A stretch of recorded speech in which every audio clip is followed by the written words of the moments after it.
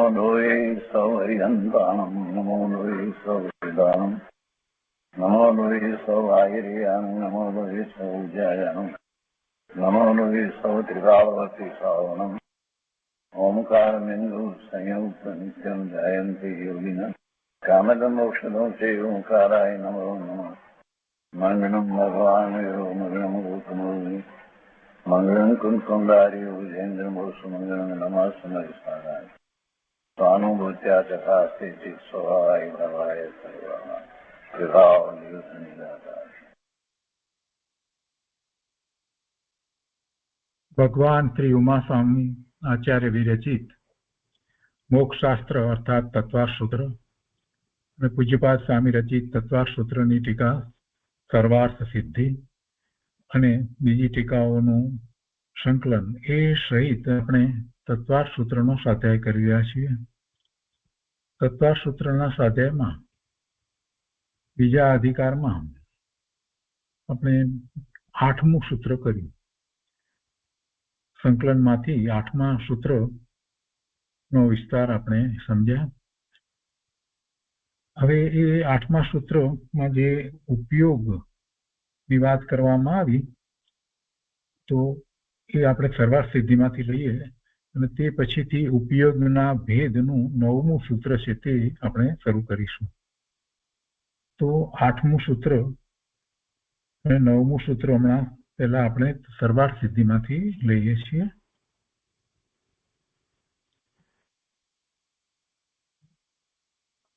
वर्षो 70 के अंदर यहाँ एम कहूँ कि यदि ऐसा है तो वही लक्षण कहिए जिससे कर्म से आत्मा का भेद जाना जाता है.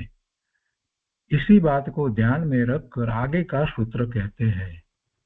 एम करी अने अनुसंधान અહીંયા મેળવી લીધું કે ઉપયોગ જીવનું લક્ષણ છે એ વાત 8મા સૂત્રમાં જે કહેવામાં આવી તો એની અહીંયા જરૂર હતી, એની આવશ્યકતા હતી. કેમ કે જ્યારે એમ કહ્યું કે આત્માનું સ્વરૂપ કોઈ અપેક્ષાએ એને મૂર્તિકપણું જ્યારે કહેવામાં આવ્યું તે કર્મ સહિતની હવે અપેક્ષાએ કહેવામાં આવ્યું, અનાદિથી છે છતાં પણ એ ભિન્ન જ છે. અને એ ભિન્ન છે એટલા માટે કે એમના લક્ષણ ભિન્ન છે. તો લક્ષણ એવા કયા છે કે જેથી કર્મથી આત્મા જુદો છે.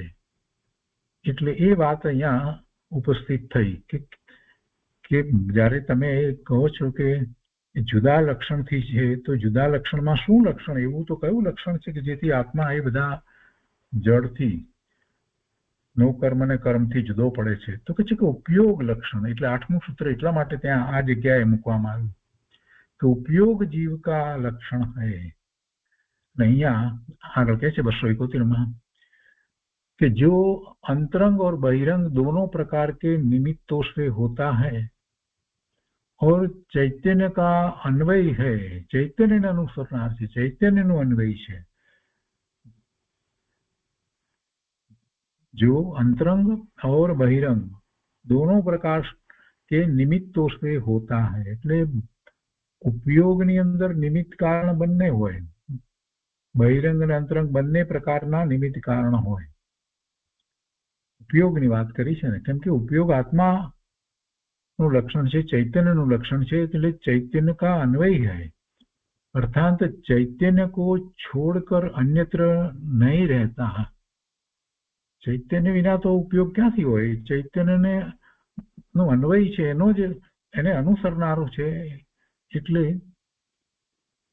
એ ઉપયોગ એ ચૈતન્ય સિવાય બીજે ક્યાંય હોય નહીં. ચૈતન્ય को छोड़कर अन्यत्र नहीं रहता, वह परिणाम उपयोग कहलाता है. એટલા માટે અહીંયા આપણે એમ વાત કરી કે એને પર્યાય તરીકે પરિણામને ન સમજવું. એવા પરિણામ એટલે જે ચૈતન્યને અનુસરીને જે થાય છે તે ચૈતન્યને અનુસરીને થનાર એને ઉપયોગ કહેવામાં આવ્યો. અને એવો ઉપયોગ છે તો એ વખતે બહિરંગ અને અંતરંગ બંને પ્રકારના નિમિત્ત હોય. અને આ વાત મહત્વની છે.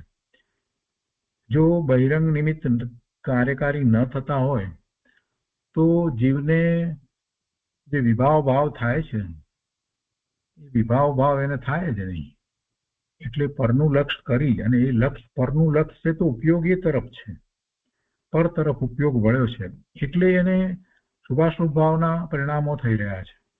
અને એ જ ઉપયોગ એટલે કે લક્ષ્ય સ્વ તરફ વળે છે તો એ જ્ઞાન દર્શનના ઉપયોગ સ્વ તરફ વળ્યા એમ જયારે કહીએ તો નિમિત્ત ની વાત કરી તો અભ્યંતર અથવા તો અંતરંગ નિમિત્ત એમ કહેવાય કે પોતાનું સ્વરૂપ જ છે અને એ સાથે જયારે એને અનુસરીને પરિણામ થાય છે તો એ વખતે તો એ સ્વરૂપ સાથે તન્મય થઈ જાય છે. એટલે અહીંયા अंतरंग और बहिरंग दोनों प्रकार के निमित्तों से होता है. हाँ, उपयोग जे छे ए उपयोग केवी रीते पलटे छे ए वात अहींया बतावी दीधी. एमां बीजी रीते अंतरंगनो एक बीजो पण विचार करी शकाय छे एमां के बाह्यमां जे पदार्थो छे ए सिवाय मन અને મનમાં રહેલી સ્મૃતિ તો એ પણ નિમિત્ત કારણ થાય છે અને એને સ્મૃતિના નિમિત્તે પણ એ ઉપયોગ ત્યાં જોડાય છે એટલે એ ઉપયોગ અનેક પ્રકારે પ્રવર્તે છે. તો ઉપયોગ જ્યારે આવી રીતે પ્રવર્તતો હોય તો ઉપયોગ હંમેશા શુદ્ધ ઉપયોગ ન હોય એ વાત આમાંથી આપણને પ્રાપ્ત થાય છે. ઉપયોગ દરેક વખતે શુદ્ધ ન હોય, અશુદ્ધ ઉપયોગ પણ કહેવાય. એટલે કે ઉપયોગ એ તો જ્ઞાન દર્શનનું લક્ષણ છે. પછી એના એ લક્ષણ દ્વારા એ જ્ઞાન દર્શન કરે છે અને એમાં બહારનું પણ પરનું પણ કરે અને સ્વનું પણ કરે. અને એટલા માટે પછી ઉપયોગના ભેદની અંદર એ જ્ઞાનના જે બીજા અન્ય ભેદ જે છે કુમતિ, કુશ્રુત અને કુઅવધિ એવા જે લેવામાં આવ્યા છે એ એટલા માટે હોઈ શકે કેમ કે ઉપયોગ જે છે એ તો બંને પ્રકારે છે. આ વાત અહીંયાથી આપણને પ્રાપ્ત થાય છે. तो कहते कि यद्यपि आत्मा बंध की अपेक्षा एक है तो भी इससे वह स्वतंत्र जाना जाता है. जिस प्रकार स्वर्ण और चांदी बंध की अपेक्षा एक है तो भी वर्ण आदि के भेद से उनमें पार्थक्य એટલે પૃથકત્વ जुदापणु रहे છે. उसी प्रकार प्रकृत में समझना चाहिए. એટલે બંધ છે એટલે કર્મ છે અને આત્મા છે બંને છે. તો પણ અહીંયા કહે છે ને કે આત્મા બંધ की अपेक्षा एक है તો પણ કહે છે કે તો भी इससे वह स्वतंत्र जाना जाता है. એટલે બંધથી તો એ જુદો જ રહે છે. બંધ કર્મના બંધ છે છતાં પણ એ જુદો રહે છે કેમ કે આત્માનું લક્ષણ ચેતના છે અને અથવા તો ઉપયોગ છે. ચૈતન્ય અન્વયી અથવા તો ચૈતન્ય અનુસરીને થતો જે પરિણામ છે તે ઉપયોગ છે અને એટલા માટે એ કર્મથી જુદો પડે છે. તો આ વાત અહીંયા 4 લીટીની અંદર બહુ સરસ રીતે આપી દીધી. હવે એના પછી આગળ કહે છે કે अब उपयोग के भेद दिखलाने के लिए आगे का सूत्र कहते हैं. तो 9मुं सूत्र જે અહીંયા કહે છે ઉપયોગના ભેદ तो એમાં કહે છે કે वह उपयोग 2 प्रकार का है, ज्ञान उपयोग और दर्शन उपयोग. ज्ञान उपयोग 8 प्रकार का है और दर्शन उपयोग 4 प्रकार का है. कैसे कि वह उपयोग 2 प्रकार का है. तो ज्ञान उपयोग और दर्शन उपयोग. ज्ञान उपयोग 8 प्रकार का है. मति ज्ञान, श्रुत ज्ञान, अवधि ज्ञान, मनोपरि ज्ञान, केवल ज्ञान. અને પછી બીજા 3 પ્રકારમાં કહે છે કે મત્ય જ્ઞાન એટલે મતિ અજ્ઞાન, શ્રુતા જ્ઞાન એટલે શ્રુત અજ્ઞાન અને और વિભંગ જ્ઞાન એટલે કુમતિ જ્ઞાન, કુઅવધિ જ્ઞાન એટલે કુઅવધિ જ્ઞાન, વિભંગ જ્ઞાન. તો એ 3 પ્રકાર એટલે કુલ 8 પ્રકાર થયા જ્ઞાનના. એટલે એવા ઉપયોગના જ્ઞાન ઉપયોગના 8 પ્રકાર. દર્શન ઉપયોગના 4 પ્રકાર, ચક્ષુ દર્શન, અચક્ષુ દર્શન, અવધિ દર્શન और केवल दर्शन. जो આ ઉપયોગની અપેક્ષાથી વાત છે. કોઈને અહીંયા પ્રશ્ન થાય કે મતિ જ્ઞાન એ વગેરે 5 લીધા એની સાથે કુમતિ, કુઅવધિ, કુશ્રુત ને કુઅવધિ એ લીધા અને ચક્ષુ દર્શન, અચક્ષુ દર્શન, અવધિ દર્શન, કેવળ દર્શન લીધા પણ પેલા 5 તો ન લીધા. પ્રચલા, પ્રચલા, પ્રચલા, પ્રચલા, નિંદ્રા, નિંદ્રા, નિંદ્રા અને છાતવૃત્તિ એ તો ન લીધા. એમ કેમ? આવો કોઈને પ્રશ્ન થાય. પણ જરાક સમજવાનું તો અહીંયા ઉપયોગની વાત ચાલે છે. અહીંયા જ્ઞાન દર્શનના ઉપયોગની વાત ચાલે છે. તો ઉપયોગ એ જ્ઞાન અને દર્શનને અનુસરીને થાય છે હવે વિચાર કરી કે પ્રચલા અને પ્રચલા નિંદ્રા અને નિંદ્રા અને શાસ્ત્રવૃત્તિ એ 5 ની અંદર એનો ઉપયોગ ક્યાં છે? તો ઢંકાઈ ગયો છે અને ભાન જ નથી તો ક્યાં એ ઉપયોગને લઈ જાય છે? ઉપયોગમાં દર્શન ઉપયોગ એટલે કાંઈક પ્રતિભાસ જે થવો એવો દર્શન ઉપયોગ છે. અને એવો દર્શન ઉપયોગ જ્યારે એને એવું દર્શન થાય, સામાન્ય અવલોકન સામાન્ય પ્રતિભાસ થાય તો હોય ને.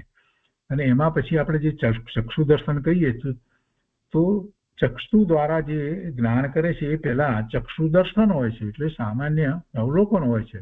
આંખ દ્વારા આ કાંઈક છે અને પછી વિશેષતાથી જે જાણીએ એ જ્ઞાન થાય. એવી રીતે અચક્ષુ દર્શનની અંદર બીજી બધી ઇન્દ્રિયો દ્વારા જે સામાન્ય પ્રતિભાસ જે થાય છે એમાં બાકીની 4 ઇન્દ્રિયો આવી જાય છે. આ કાંઈક છે એવો પ્રતિભાસ જે થાય છે એ અચક્ષુ દર્શન છે.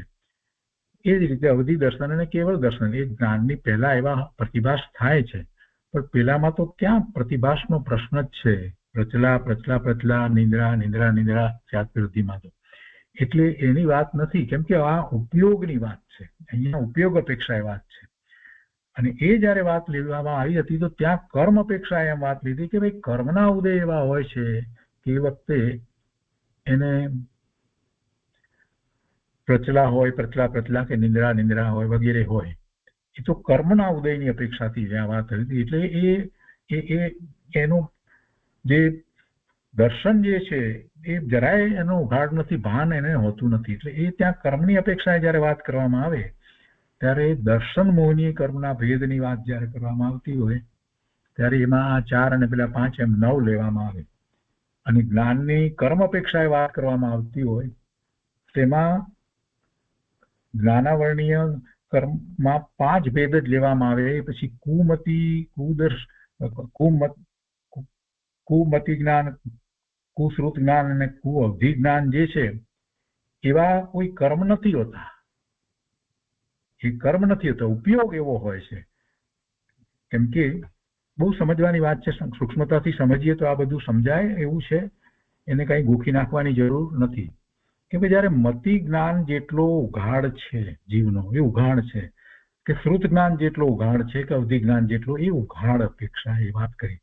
તો મતિ જ્ઞાન જેટલો ઉઘાડ છે તો એટલા પ્રમાણમાં એ જ્ઞાન કરી શકે છે, એટલે એ કર્મના ઉઘાડમાં એ નિમિત્ત કહેવાય. તો હવે એ મતિ જ્ઞાનમાં અને શ્રુત જ્ઞાનમાં એનો ઉપયોગ બહારમાં હોય, અને એમાં બહારમાં ઉપયોગ હોય તો એને ગમે તે પ્રકારનું જે કંઈ જ્ઞાન થાય તે કુજ્ઞાન હોય, એટલે કુમતિ હોય, કુશ્રુત હોય, કુઅવધિ પણ હોય. અને જો સ્વ તરફ વળેલો છે તો જે મતિ અને શ્રુત જ્ઞાન જે છે એ આત્માનું જ્ઞાન થાય. એટલે પેલું તો ઉઘાડ દર્શાવે છે. જે કર્મ અપેક્ષા તો એનો ઉઘાડ દર્શાવવામાં આવ્યો છે. અને ઉપયોગ અપેક્ષા એનો એ ઉપયોગ જે છે સ્વ તરફ છે કે પર તરફ છે. એટલે એ બે વાતને જરાક સારી રીતે સમજાવીએ તો આપણને ખ્યાલ આવે કે કઈ જગ્યાએ કેવી રીતે સમજવું. જ્યારે ઉપયોગની વાત ચાલતી હોય ત્યારે જ્ઞાન અપેક્ષાએ ઉપયોગ જે છે એ 5 અને 3 8 પ્રકારે ઉપયોગ કયો, અને દર્શન અપેક્ષાએ જ્યાં ઉપયોગ કહેવામાં આવ્યો એ 4 પ્રકારે છે.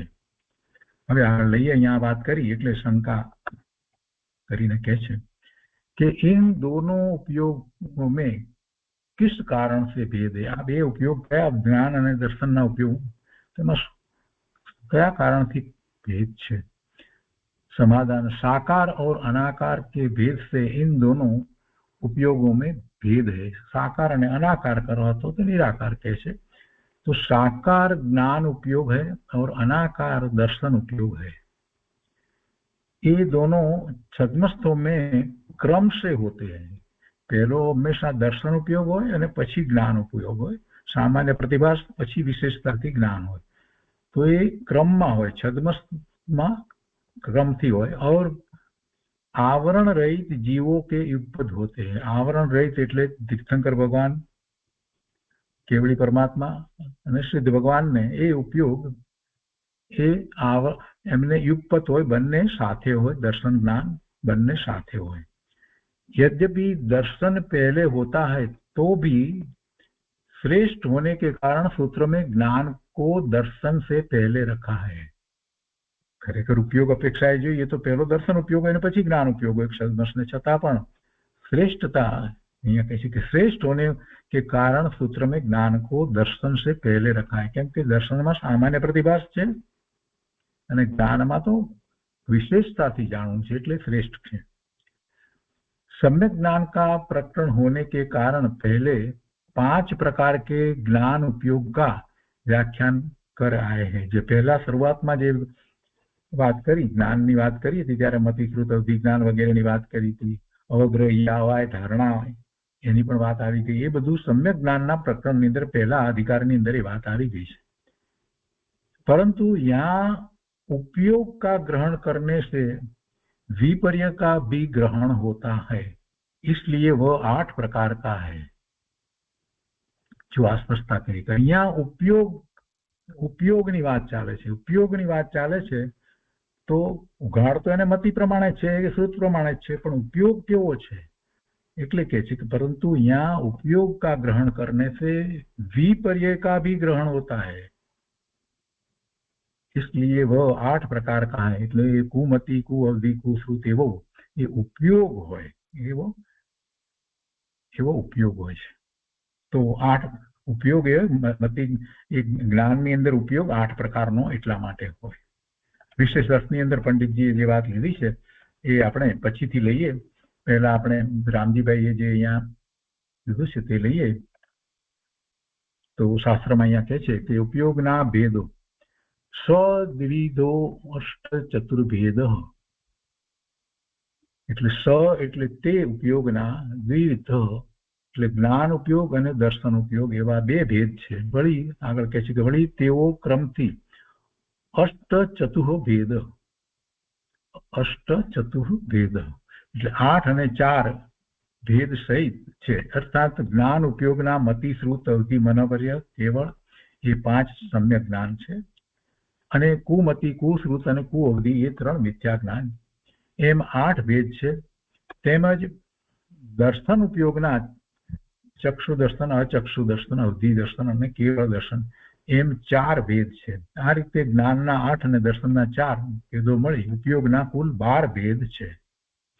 ટીકામાં અહીંયા કહે છે કે આ સૂત્રમાં ઉપયોગના ભેદ બતાવ્યા છે કેમ કે ભેદ બતાવ્યા હોય તો જિજ્ઞાસુઓ જલ્દી સમજી શકે છે। તેથી કહ્યું છે કે સામાન્ય શાસ્ત્રો તો ન્यूनम विशेषो बलवान भवेत, अर्थात सामान्य शास्त्र थी विशेष बलवान है। सामान्य ने बदले विशेष की बात करिए तो वधारे समझाय छे।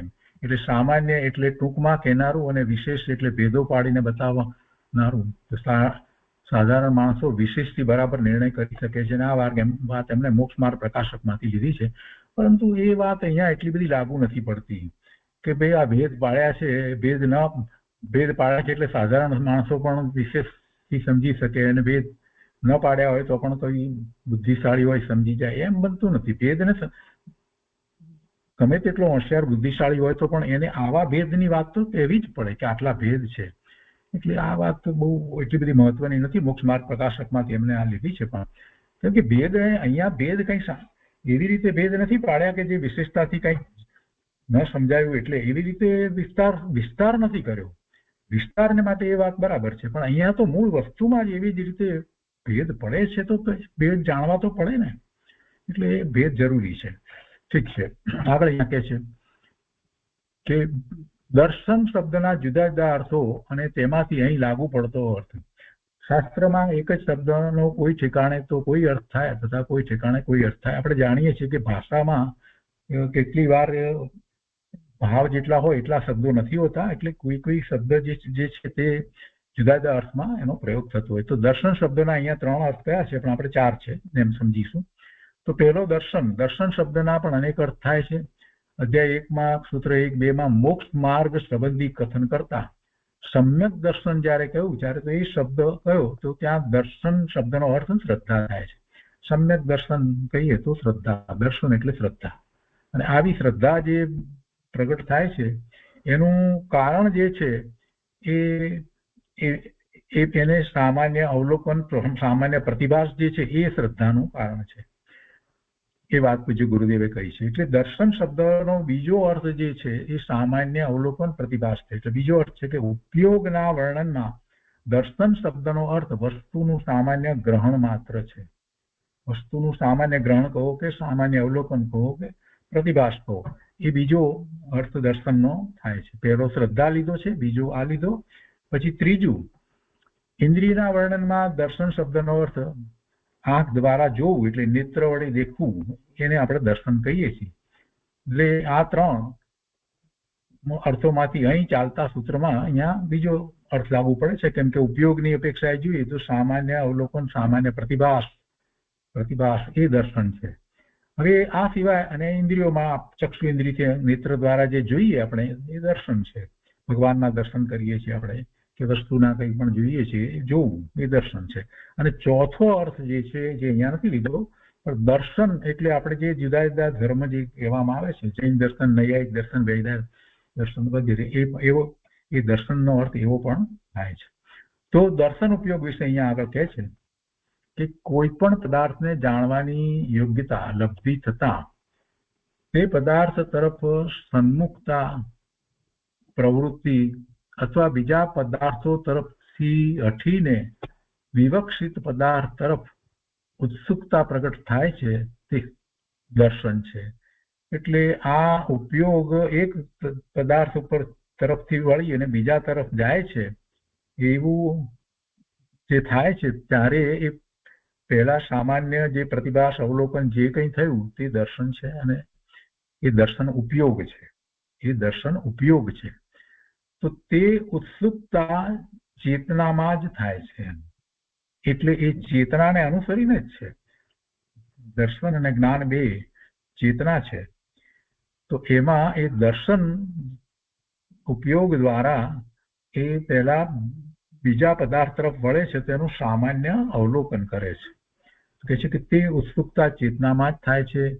વિવક્ષિત પદાર્થને થોડો પણ જાણવામાં આવતો નથી ત્યાં સુધીના ચેતનાના વ્યાપારને દર્શન ઉપયોગ કહેવામાં આવે છે. એટલે જાણવું, જ્ઞાન કરવું વિશેષતાથી એ જે શરૂ નથી થયું ત્યાં સુધી એ દર્શન ઉપયોગ કહેવામાં આવે છે. પણ સામાન્ય રીતે એટલો કઈ સમય જતો નથી કે એ જ્ઞાન ન થાય. તરત જ એ જેવું દર્શન ઉપયોગ એ ખ્યાલ આવ્યો તો તરત જ એના સંબંધી જ્ઞાન થાય છે. અહીંયા એક દ્રષ્ટાંત આપીને દર્શન ઉપયોગને એમણે સમજાવ્યો છે કે એક માણસનો ઉપયોગ ભોજન કરવામાં લાગી રહ્યો છે અને તેને એકદમ ઈચ્છા થઈ કે બહાર મને કોઈ બોલાવતું તો નથી ને, હું તે જાણી લઉં, અથવા કોઈનો અવાજ કાનમાં પડવાથી તેનો ઉપયોગ ભોજન તરફથી હટી અને શબ્દ તરફ લાગી જાય છે. તો આમાં ચેતનાના ઉપયોગનું ભોજનથી ખસવું અને શબ્દ તરફ લાગવું થયું તો એ ઉપયોગ પલટ્યો. પણ જ્યાં સુધી એ શબ્દ તરફનું કાંઈ પણ જ્ઞાન ન થાય ત્યાં સુધીનો વેપાર તે દર્શન ઉપયોગ છે. એટલે તરત જ એને ખ્યાલ આવે છે કે આ કોઈક બોલી રહ્યું છે. એટલે પહેલા સામાન્ય થાય છે અને પછી થાય છે કે આ તો આ અવાજ છે, એટલે એ પછી જ્ઞાન કહેવાય છે. પણ એની પહેલા, જ્ઞાનની પહેલા જે ઉપયોગ છે એ સામાન્ય અવલોકન, સામાન્ય પ્રતિભાસ, એ સામાન્ય જાણવું જે થયું છે એ દર્શન ઉપયોગ છે. મૂળ તો આટલું સમજાવવું છે. ચક્ષુ દ્વારા આપણે જોઈએ છીએ તો કોઈ સામેથી આવે છે તો કોઈ છે, ને પછી કહીએ છીએ આપણે કે આ ગિરીશભાઈ છે, તો એ કોઈ છે, કાંઈક છે એવો જે પ્રતિભાસ થયો એ દર્શન ઉપયોગ છે. અને પછી વિશેષતાથી આપણે જાણ્યું આ કોણ છે એ જ્ઞાન ઉપયોગ છે. દરેક વખતે એ રીતે છદ્મસને દર્શન અને જ્ઞાનનો ઉપયોગ એ ફરે છે. તો બે ઉપયોગ સાથે કોઈ વખત એવું નથી હોતું કે એકલો એક જ ઉપયોગ હોય, એમ નથી હોતું. બંને ઉપયોગ હોય છે. અને એવું ઉપયોગનું પલટવું વારંવાર થાય છે. જીવને ઉપયોગનું પલટવું વારંવાર થયા જ કરે છે.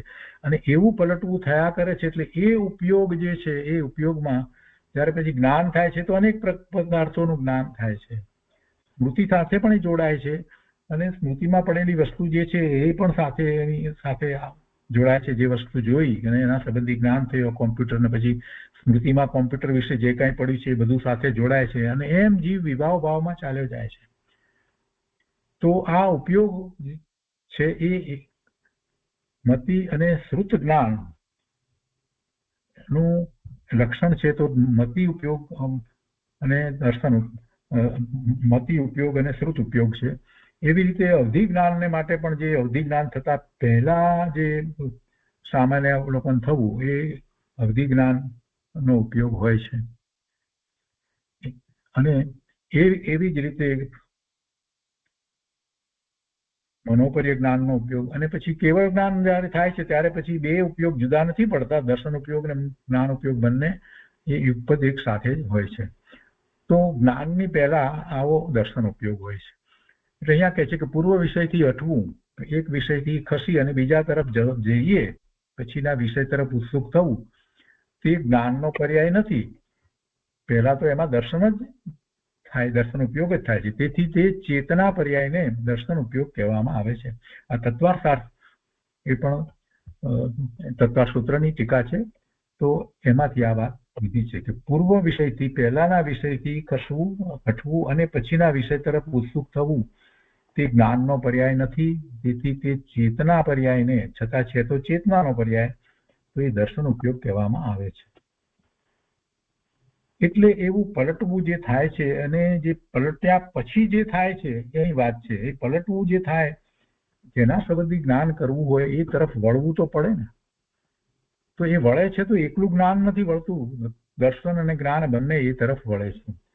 આપણે જે કહીએ છીએ કે લક્ષ્ય, સામાન્ય શબ્દમાં પરને માટે આપણે એ શબ્દ પ્રયોગ કરીએ છીએ કે પરનું લક્ષ્ય, એમાં પર તરફ ઉપયોગ એવું ઓછું બોલીએ છીએ. મોટે ભાગે એમ કહીએ છીએ કે પરના લક્ષ્ય એને આવા વિકારી ભાવ થાય એમ બોલીએ છીએ. અને સ્વના લક્ષ્ય જયારે કહીએ છીએ તો ઉપયોગ સ્વ તરફ વળે ત્યારે મોટે ભાગે ઉપયોગ શબ્દ પ્રયોગ કરીએ છીએ. પણ ઉપયોગનો અર્થ જ એ છે કે એ જ્ઞાન કરવા માટે લઈ જનાર છે, જ્ઞાનને લઈ જનાર છે, દર્શનને લઈ જનાર છે. જ્ઞાન એકલું જતું જ નથી, દર્શન સહિત જાય છે. એટલે કોઈ પણ પદાર્થનું જ્ઞાન કરવા તરફ જવું હોય તો એને માટેનું જે સાધન છે, વેહિકલ છે, જે એનું લક્ષણ જે છે એ ઉપયોગ છે. ઉપયોગ દ્વારા જ આપણે કોઈ પણ પદાર્થનું જ્ઞાન કરીએ છીએ. અને એ ઉપયોગ એવા પ્રકારનો છે કે પલટે અને સ્થિર પણ રહી શકે. સામાન્ય રીતે બહારમાં જ્યાં જ્યાં ઉપયોગ જાય છે ત્યાં વધારે સમય સ્થિર નથી રહેતો, પરંતુ આત્માને વિશે એ ઉપયોગ સ્થિર થઈ શકે છે. પછી કાયમ માટે પણ સ્થિર થઈ જાય, પછી એ ઉપયોગ પલટે જ નહીં એવું થઈ શકે. બહારમાં સામાન્ય રીતે એને જ્યાં સુધી રસ પડે છે ત્યાં સુધી એમાં ઉપયોગ રહે છે અને પછી એ પલટે છે, બીજી તરફ વળી જાય છે. અને એમાં પણ મિથ્યા દ્રષ્ટિનો ઉપયોગ વારંવાર બદલાય છે. મિથ્યા દ્રષ્ટિનો ઉપયોગ ખૂબ જ ઝડપથી અને વારંવાર બદલાય છે. એક વસ્તુમાંથી બીજી, ત્રીજી, ચોથી ક્યાંનો ક્યાંય પહોંચી જાય છે. સ્મૃતિમાં જે પડ્યું છે એનો પણ પાછો ઉપયોગ કરીને સમ્યક દ્રષ્ટિને પ્રમાણમાં ઉપયોગ એટલો પલટતો નથી. એક વિષયમાં એને પ્રમાણમાં વધારે ઉપયોગ સ્થિર રહે છે અને એને જ આપણે એકાગ્રતા કહીએ છીએ. એને એકાગ્રતા કહેવામાં આવે છે. આગળ અહીંયા કહે છે કે આત્માના ઉપયોગનું પદાર્થ તરફ ઝૂકવું તે દર્શન છે. આ દ્રવ્ય સંગ્રહમાંથી વાત કીધી છે. દ્રવ્ય સંગ્રહની 43મી ગાથામાં સામાન્ય શબ્દ વાપર્યો છે, તેનો અર્થ આત્મા થાય છે. અને સામાન્ય ગ્રહણ એટલે આત્મગ્રહણ, આત્મગ્રહણ તે દર્શન છે. એટલે સામાન્ય જે આત્માનો પ્રતિભાસ જે છે એમ આત્માનું ગ્રહણ થયું એ દર્શન છે. દ્રવ્ય સંગ્રહમાંથી વાત લીધી છે. હવે એ ઉપયોગને માટે અહીંયા કહે છે સાકાર અને નિરાકાર. અનાકાર જે શબ્દ પ્રયોગ હિન્દીમાં કર્યો હતો, અહીંયા નિરાકાર શબ્દ પ્રયોગ છે. સાકાર અને નિરાકાર. જો આકારનો અર્થ એવો નથી, આપણે ભૂમિતિના વગેરે જે આકારો કહીએ છીએ એવો અર્થ આકારનો નથી થતો. હજી ઘણાને એ વાત ખબર નથી.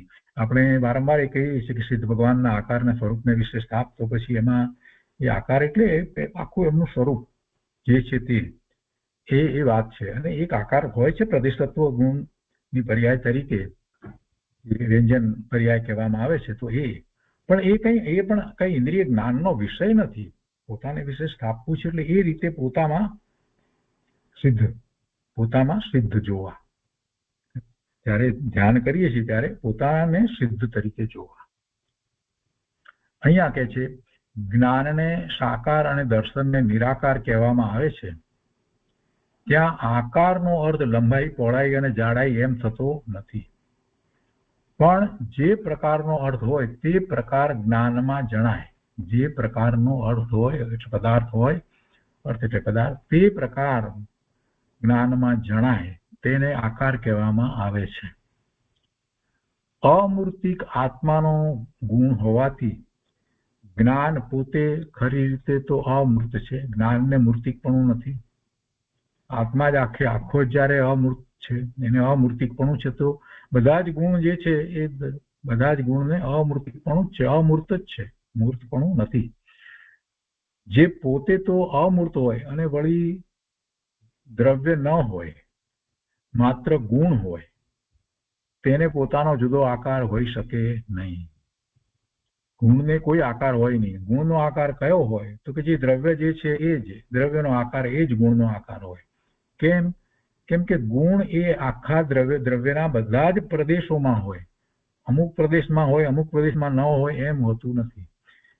દ્રવ્ય જે છે એના જેટલા પ્રદેશ છે, જે પ્રમાણે પ્રદેશ એ કઈ એક જુદા નથી હોતા, અખંડ છે, પણ એને પરિમાણ માપની અપેક્ષાએ અસંખ્ય પ્રદેશ વગેરે આપણે કહીએ છીએ.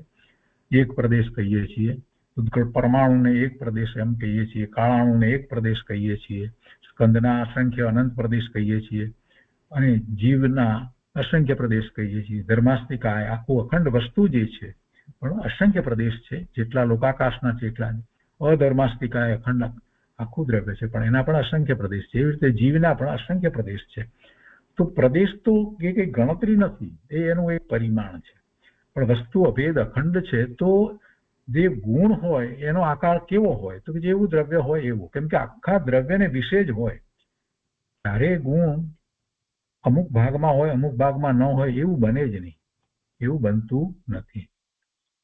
અહીંયા કહે છે કે જે પોતે તો અમૂર્ત હોય અને વળી દ્રવ્ય ન હોય, માત્ર ગુણ હોય, તેને પોતાનો જુદો આકાર હોઈ શકે નહીં. પોતપોતાના આશ્રયભૂત દ્રવ્યનો જે આકાર હોય તે જ આકાર ગુણનો હોય. જે દ્રવ્યના જે ગુણ છે એ ગુણનો આકાર એ દ્રવ્યનો જે આકાર છે એ જ હોય. જ્ઞાન ગુણનો આધાર આત્મદ્રવ્ય છે. તેથી આત્માનો જે આકાર તે જ જ્ઞાનનો આકાર છે. આત્માનો જે આકાર તે જ જ્ઞાનનો આકાર છે. આત્મા ગમે તેવા આકારના પદાર્થને જાણે. જાણવાની અપેક્ષાએ જ્ઞાન ગુણની વાત કરીએ તો આત્મા જાણે એટલે જ્ઞાન દ્વારા જાણે છે. તો કે ગમે તેવા આકારના પદાર્થમાં, બાહ્ય રહેલા પદાર્થને જાણે તો પણ આત્માનો આકાર કઈ બદલાતો નથી. તો પછી ગુણનો આકાર એટલે જ્ઞાન ગુણનો આકાર પણ બદલાતો નથી.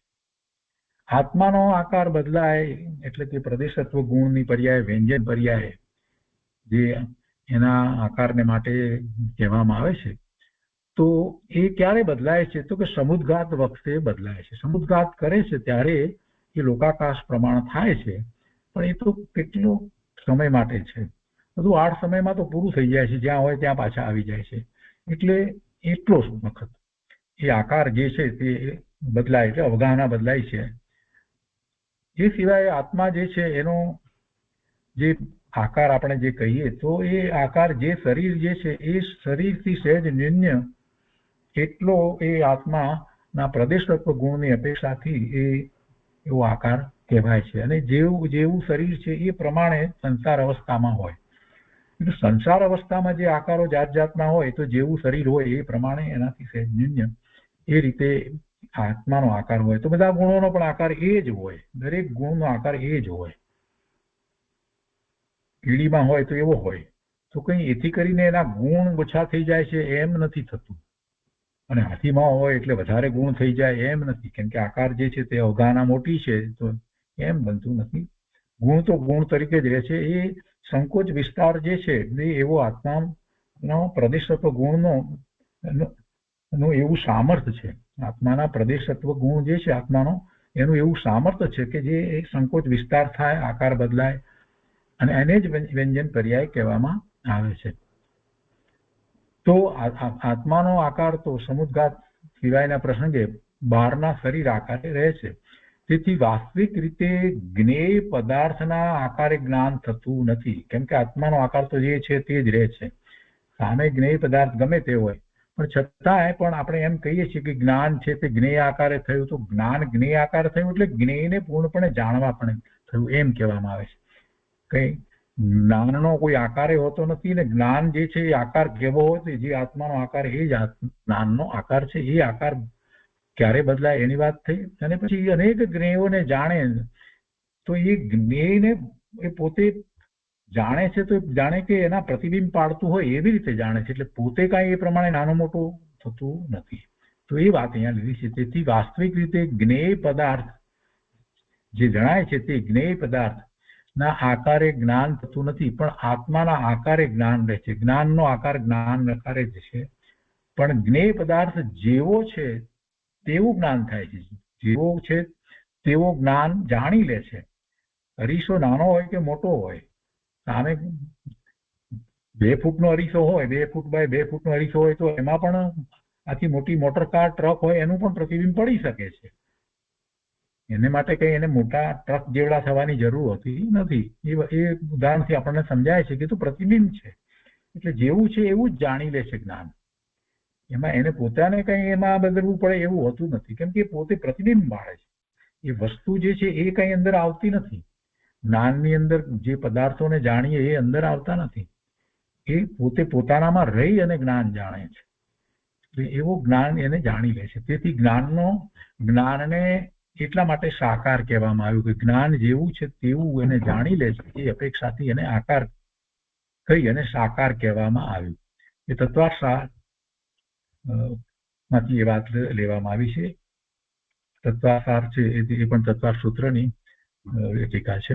દર્શન એક પદાર્થથી બીજાને જુદો પાડતું નથી, તેથી તેને નિરાકાર કહેવાય છે. આ વાત સમજવાની છે. એને નિરાકાર કેમ કહ્યું કે દર્શનમાં એવું વિશેષપણે જાણવું, એક પદાર્થથી બીજા પદાર્થને જુદો એવું વિશેષપણે જાણવું, આ જ છે, આ આમ જ છે, તેમ જ છે, આવું હોતું નથી. સામાન્ય પ્રતિભાસ છે, એટલે એને નિરાકાર કહેવામાં આવ્યું છે. અહીંયા જાડાઈ પહોળાઈ એની વાત નથી, પણ સામાન્ય અવલોકન થયું એટલે એ અપેક્ષાએ નિરાકાર કહેવામાં આવ્યું. સાંભળવાનું થયું તો પણ કાંઈક અવાજ છે, પછી કહે છે કે આ તો રેડિયોનો અવાજ છે, અથવા તો આ કહે છે કે આ તો અમુક વ્યક્તિ બોલી રહી છે એનો અવાજ છે, તો એમાં ક્યાં આકારનો પ્રશ્ન આવ્યો? તો એનો અર્થ એ થાય છે કે સામાન્ય પ્રતિભાસ થયો તો એને નિરાકાર કહેવામાં આવ્યો.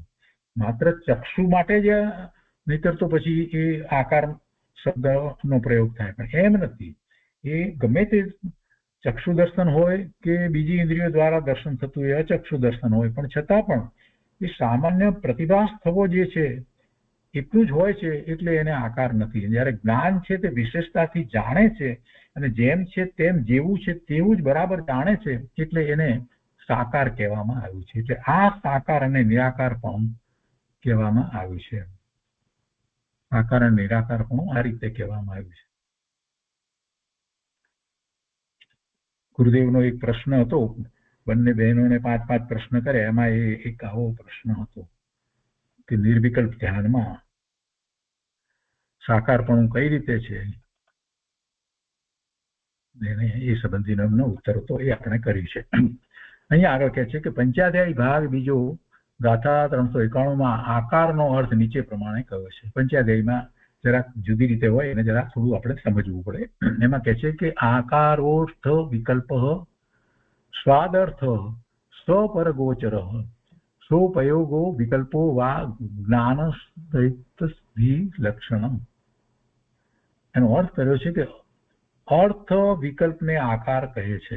અર્થ પદાર્થનો વિકલ્પ જે છે તેને આકાર કહે છે. સ્વ પર પદાર્થને અર્થ કહેવામાં આવે છે અને ઉપયોગ અવસ્થાને વિકલ્પ કહે છે, અને તે જ્ઞાનનું લક્ષણ છે. આ જુદી રીતે પંચાધ્યાયની અંદર હંમેશા જે વાત હોય છે થોડીક સમજવા જેવી હોય, જુદી રીતે હોય છે.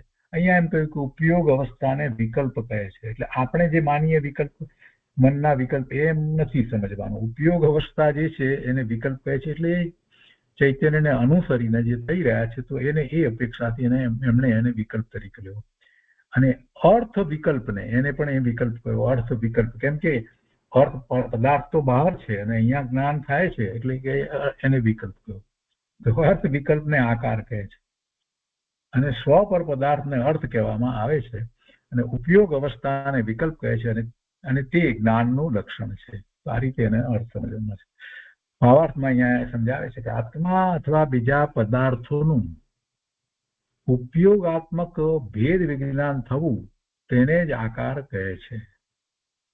આત્મા અથવા બીજા પદાર્થોનું ઉપયોગાત્મક ભેદ વિજ્ઞાન થવું, જુદું થવું, એને જ આકાર કહે છે. એક પદાર્થથી જુદું બીજું પડવું જેવો એ જ આકાર. પદાર્થોના ભેદ અભેદને માટે, ભેદાભેદને માટે થયેલા નિશ્ચયાત્મક બોધને જ આકાર કહે છે.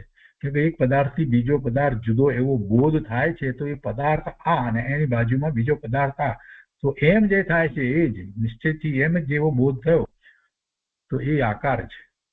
પદાર્થના ભેદાભેદ માટે થયેલ નિશ્ચયાત્મક બોધને જ આકાર કહે છે.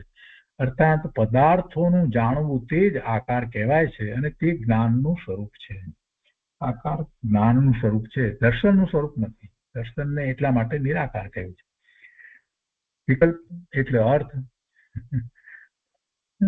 એટલે કે સ્વ અને પર વિષય, અને વિકલ્પ અહીંયા લીધો છે એટલે વ્યવસાય. અર્થ વિકલ્પ એટલે સ્વ પર વ્યવસાયાત્મક જ્ઞાન, અને એ જ્ઞાનને પ્રમાણ કહેવાય છે. આ એક સામાન્ય આ જે ભાવાર્થ જે કર્યો એ કઈ રીતે કર્યો એની વાત લીધી છે. દેવકી નંદન કૃત પંચાધ્યાયી ભાગ પહેલાની અંદરથી આ વાત લીધી છે.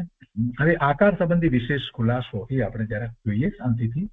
અહીંયા કહે છે કે જ્ઞાન અમૂર્તિક આત્માનો ગુણ છે.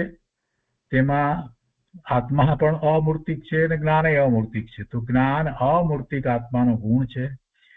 તેમાં જ્ઞેય પદાર્થનો આકાર ઉતરતો નથી. માત્ર વિશેષ પદાર્થ તેમાં ભાસવા લાગે છે, તેને આકૃતિ માનવી એ મતલબ છે. જેવું છે તેવું ભાસે છે એમ. સારાંશ એ કે જ્ઞાનમાં પર પદાર્થની આકૃતિ વાસ્તવિક રીતે માની શકાય નહીં. બહુ સરસ રીતે વાતને અહીંયા મૂકી છે, શાસ્ત્રની વાત છે.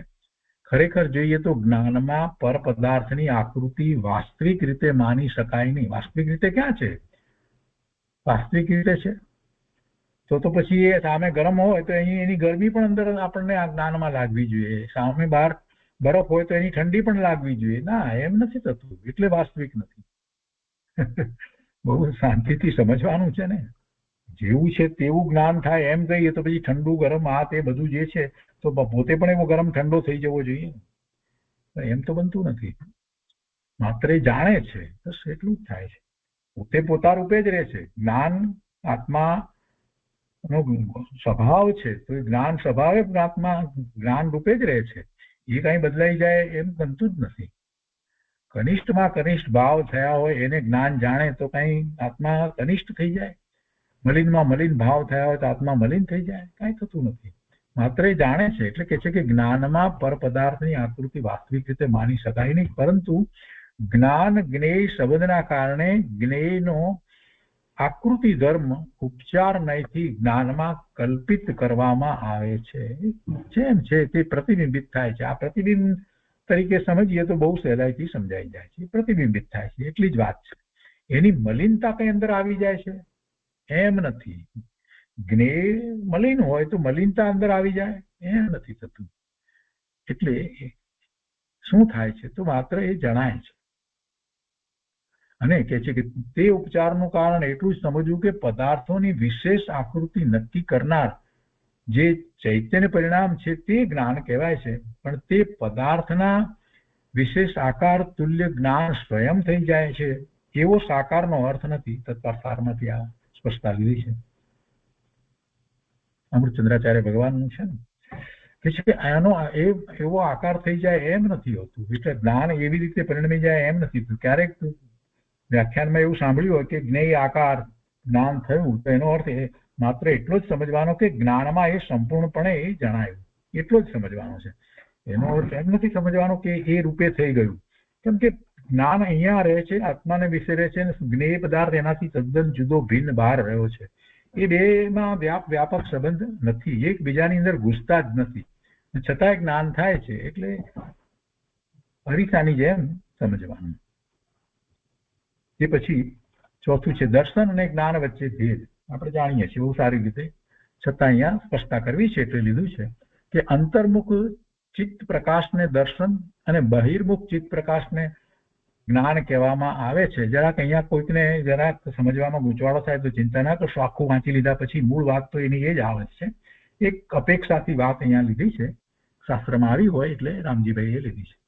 અંતર્મુખ ચિત્ત પ્રકાશને દર્શન, અંતર્મુખ ચિત્ત પ્રકાશને દર્શન અને બહિર્મુખ ચિત્ત પ્રકાશને જ્ઞાન કહેવામાં આવે છે. એનો અર્થ એવો ના કરવો કે અંદરનું જે જ્ઞાન, અંદરનું જે ચિત્ત પ્રકાશ થયો એ જ દર્શન, બહારનું છે દર્શન નથી, તો પછી બહારમાં સામાન્ય અવલોકન પ્રતિભાસ બહારનો થતો જ નથી, એવો અર્થ થઈ જાય. એવો અર્થ ના કરવો, અપેક્ષાથી અહીંયા વાત કહેવામાં આવી છે. અને પેલું જે છે તો જ્ઞાનને માટે બહિર્મુખ ચિત્ત પ્રકાશ લઈએ તો જ્ઞાન આત્માને જાણે જ નહીં એવું થઈ જાય. તો એવો અર્થ અહીંયા કરવાનો નથી, એવો અર્થ કરવાનો નથી.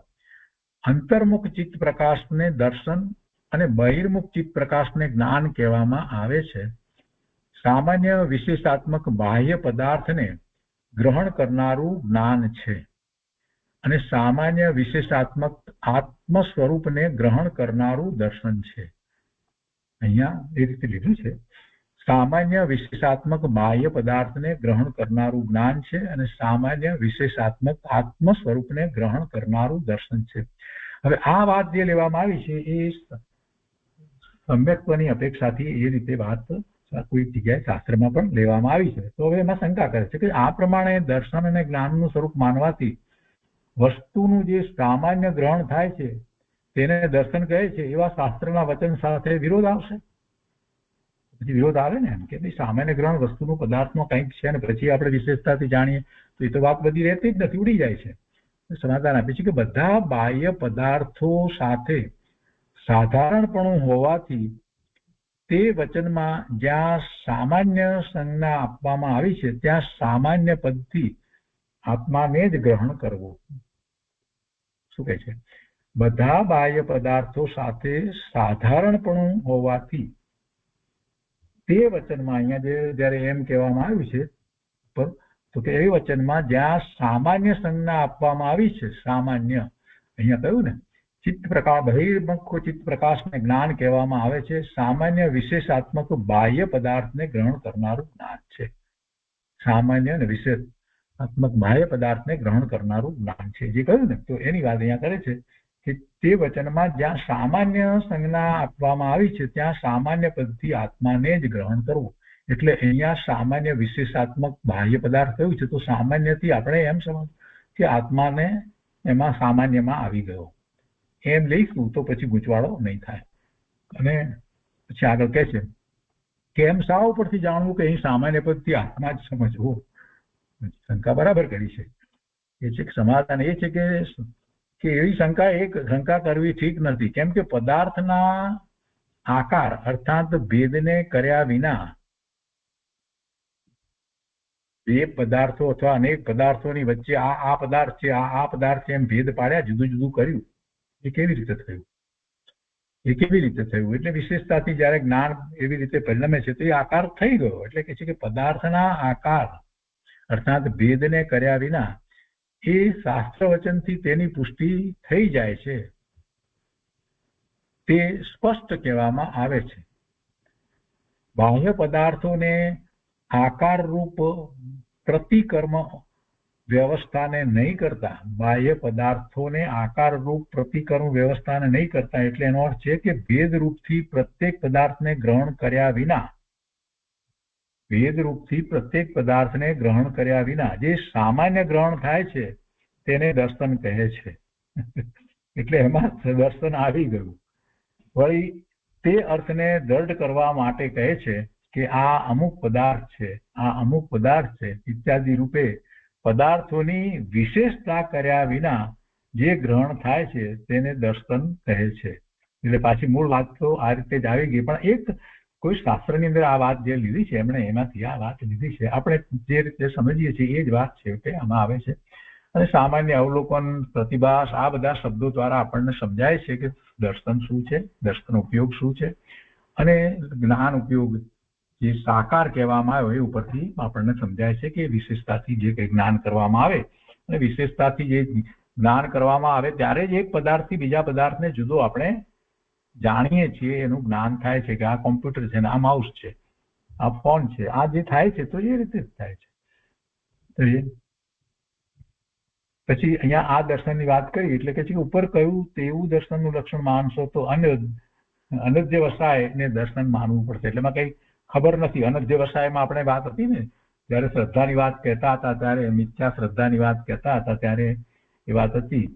તો કંઈક એક વિપરીત માન્યતા કરવી અથવા તો અન્ય વ્યવસાય એટલે કાંઈ ખબર જ ના પડવી એવું જે થવું, તો પછી અધ્યવસાય જે છે એને દર્શન માનવું પડશે. એમાં કાંઈ ખબર જ નથી પડતી. તો કે ના, એમ નથી, દર્શનમાં કાંઈ ખબર નથી પડતી એવી ક્યાં વાત છે. દર્શનમાં સામાન્ય ખબર પડે છે, કાંઈક છે એવી ખબર પડે છે, અને અનધ્યવસાય નથી. એટલે સમાધાનમાં કે નહીં, કેમ કે દર્શન બાહ્ય પદાર્થનો નિશ્ચય ન કરતા છતાં પણ સ્વરૂપનો નિશ્ચય કરવા વાળું છે. તેથી અનઅધ્યવસાય રૂપ નથી, અને બાહ્ય પદાર્થનો નિશ્ચય નથી કરતું, પણ બાહ્ય પદાર્થનું અસ્તિત્વ જે છે કાંઈક એનો ખ્યાલ તો આપે છે ને, ખબર તો પડે છે ને કાંઈકની. એ વાત છે. એટલે કે અનઅધ્યવસાય નથી. વિષય અને વિષયને યોગ્ય દેશમાં લેવા પહેલાની અવસ્થાને દર્શન કહે છે. વિષય અને વિષય કરનાર જે છે એને વિષય કહેવાય. એટલે જ્ઞાન છે તે વિષય છે, અને સામે જે જ્ઞેય પદાર્થ જે છે એ વિષય છે. તો જ્ઞેય પદાર્થનું જ્ઞાન થવું એટલે વિષય ને વિષય એ જાણ્યો. તો એ વિષયને યોગ્ય દેશમાં હોવા પહેલાની અવસ્થાને દર્શન કહે છે. એટલે એવું જ્ઞાન થવાની પહેલાની અવસ્થાને દર્શન કહે છે. આ બધી વાત જુદી જુદી રીતે જુદી જગ્યાએથી લેવામાં આવી છે. શ્રી ધવલા પુસ્તકમાંથી આ વાત લીધી છે. અને અહીંયા આવે કે છે કે ઉપર જે દર્શન અને જ્ઞાન વચ્ચે ભેદ સમજાવ્યો છે તે કઈ અપેક્ષાએ છે. પાછા મૂળ વાત ઉપર આવે છે કે આત્મા, જ્ઞાન અને દર્શન એમ બે જુદા ગુણ લઈ તે જ્ઞાન અને દર્શન ગુણનું જુદું જુદું કાર્ય શું છે તે ઉપર બતાવ્યું છે. એટલે કહેવાનો આખો આશય એ છે કે બે ગુણ જુદા છે, અને એ બે ગુણ રૂપ ચેતના છે.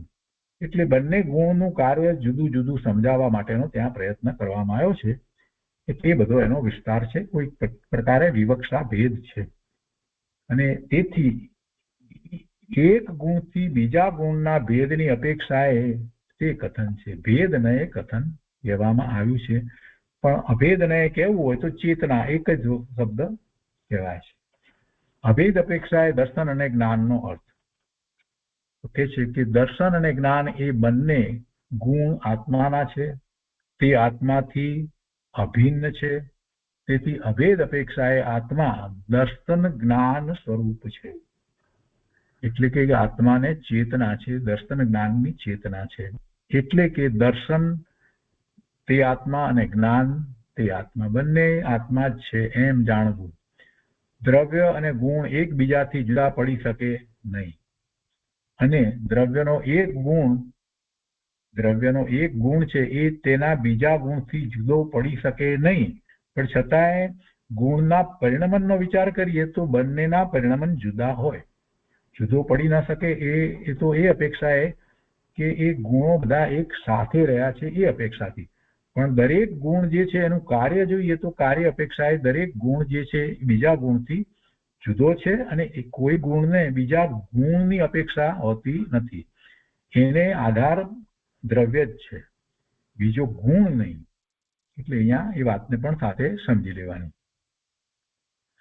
આ અપેક્ષા લક્ષ્યમાં રાખતા દર્શન સ્વ પર દર્શક છે, અને જ્ઞાન સ્વ પર જ્ઞાયક છે. અભેદ દ્રષ્ટિની અપેક્ષાએ આ પ્રમાણે અર્થ થાય છે.